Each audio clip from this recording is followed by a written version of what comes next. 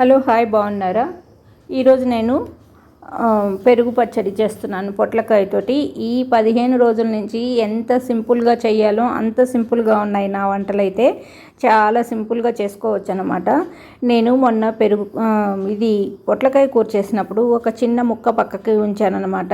దాంతో ఈరోజు పెరుగు పచ్చడి. ఈరోజు మా ఇంట్లో ఒక సాధకం దాంతో వచ్చేసిందన్నమాట. చిన్న బాండీ పెట్టాను, ఆయిల్ వేశాను, పోపు దినుసులు వేశాను. ఇట్లాంటి కూరలకి పోపు దినుసులు ఇంపార్టెంట్గా బాగుంటాయి అన్నమాట. మనం తినేటప్పుడు కూర క్రిస్పీగా ఉంటుంది. ఇది పొట్లకాయ ఓన్లీ ఒక్క ముక్కే అన్నమాట. అంటే మన మూరడంతే ఉంది అంత ముక్క. దాన్ని ఇలా కట్ చేసి పక్కన ఉంచాను. ఇప్పుడు ఉప్పు పసుపు వేసి 1 నిమిషం అలా మంచిగా పోపు పట్టేట్టు కలిపేసి మూత పెట్టి ఉంచాను. ఒక 2 నిమిషాల్లో మగ్గిపోతుంది. చాలా సింపుల్గా మనం మంచి ఐటెం చేసుకోవచ్చు అన్నమాట. ఉప్పు పసుపు వేసి మంచిగా కలిపేసి ఆ తర్వాత మూత పెట్టాను. ఇది చాలా మగ్గిపోయిన తర్వాత దీంట్లో అంటే పచ్చిమిర్చి అల్లం పేస్ట్ వేసుకోవచ్చు. ఆ తర్వాత పెరుగు వేసేసాను.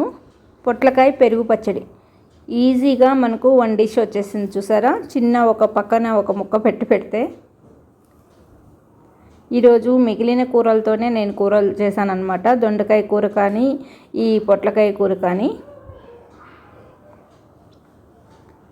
చూసారా? మంచిగా మగ్గిపోయింది.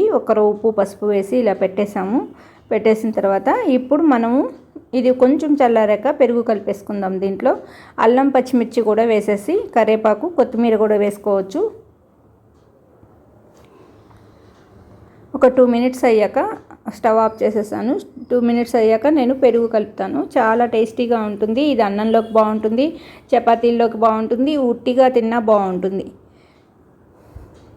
ఇప్పుడు లంచ్ టైంలో లంచ్ అనేది అంటే రైస్ తీసుకోకుండా మనం ఏదైనా తినాలి అనిపిస్తుంది కదా వెరైటీగా. అట్లాంటప్పుడు ఇలాంటిది 1 కప్పు తిన్నామంటే చాలా టేస్టీగా ఉంటుంది. మన కడుపు అయితే మంచిగా ఫుల్ అయినట్టు ఉంటుంది అన్నమాట.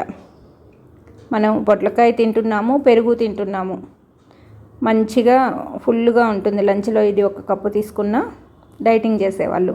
మామూలుగా అయితే ఇది రైస్లో కలుపుకోవచ్చు, చపాతీలో కలుపుకోవచ్చు. చూసారా ఎంత సింపుల్ డిషో? ఓకే అండి, ఈ రెసిపీ నచ్చినట్లయితే లైక్ చేయండి, షేర్ చేయండి, సబ్స్క్రైబ్ చేయండి. థ్యాంక్ యూ అండి. బాయ్ అండి.